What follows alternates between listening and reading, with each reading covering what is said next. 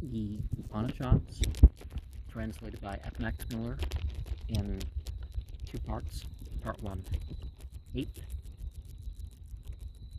Apataka versus Kanda of the Khandogya Upanishad. Hare Om.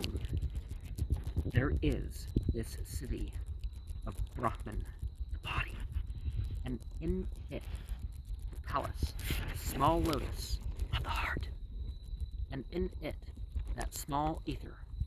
Now what exists within that small ether, that is to be sought for, that is to be understood. And if they should say to him, now with regard to that city of Brahman and the palace in it, i.e. the small lotus of the heart and the small ether within the heart, what is there within it that deserves to be sought for, or that is to be understood? Then he should say, as large as this ether, all space is, so large is that ether within the heart.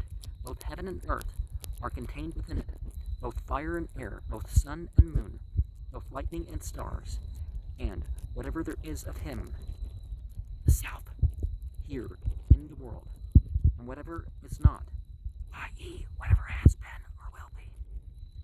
All that is contained within it. And if they should say to him, if everything that exists is contained in that city of Brahman, all beings and all desires, whatever can be imagined or desired, then what is left of it when old age reaches it and scatters it, or when it falls to pieces? Then he should say, by the old age of the body, that the ether or Brahman within it does not age. By the death of the body, that the ether or Brahman within it is not killed. That Brahman is the true Brahma city, not the body. In it, all desires are contained.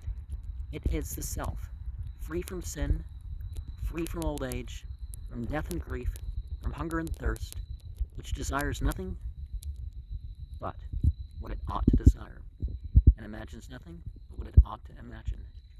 Now, as here on earth, people follow as they are commanded, and depended on the object which they are attached to, be it a country or a piece of land. And as here on earth, whatever has been acquired by exertion perishes, so perishes whatever is acquired for the next world by sacrifices and other actions performed on earth. Those who depart from hence without having discovered the self and those true desires, for them there is no freedom in all the worlds.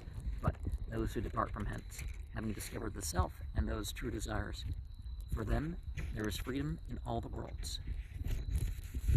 And we notice how things are said differently in different periods. Nowadays, or later after the period of the Upanishads, people would typically say Hari not Hari Hari Om instead of Hari Aum. Because I think Aum would be how it would be articulated here. Om would be the more recent way of saying it. The 8th Prapataka seems to form a kind of appendix to the Upanishad here. The highest point that can be reached by speculation that has been reached in the 7th Prapataka, the identity of ourself and of everything else with the highest self. This speculative effort, however, is too much for ordinary people. They cannot conceive the Sat or Brahman as out of space and time, as free from all qualities, and in order to help them, they are taught to adore the Brahman as it appears in space and time, an object endowed with certain qualities, living in nature and in the human heart, the highest Brahman, besides which there is nothing, and which can neither be reached as an object, nor can be considered as an effect, seems to ordinary minds like a thing which is not.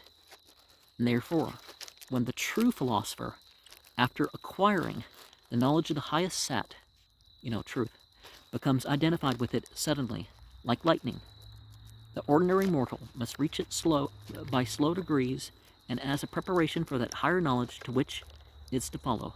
The eighth Tripitaka, particularly the first portion of it, has been added. To the teaching contained in the earlier books, the ether in the heart is really a name of Brahman. He is there, and therefore all that comes of him when he assumes bodily shapes, both what is and what is not, i.e., what is no longer, are not yet, for the absolute nothing is not intended here. And F. Max Muller translates somewhat differently from the commentator, though the argument remains the same, that the Brahma city is not your incarnation.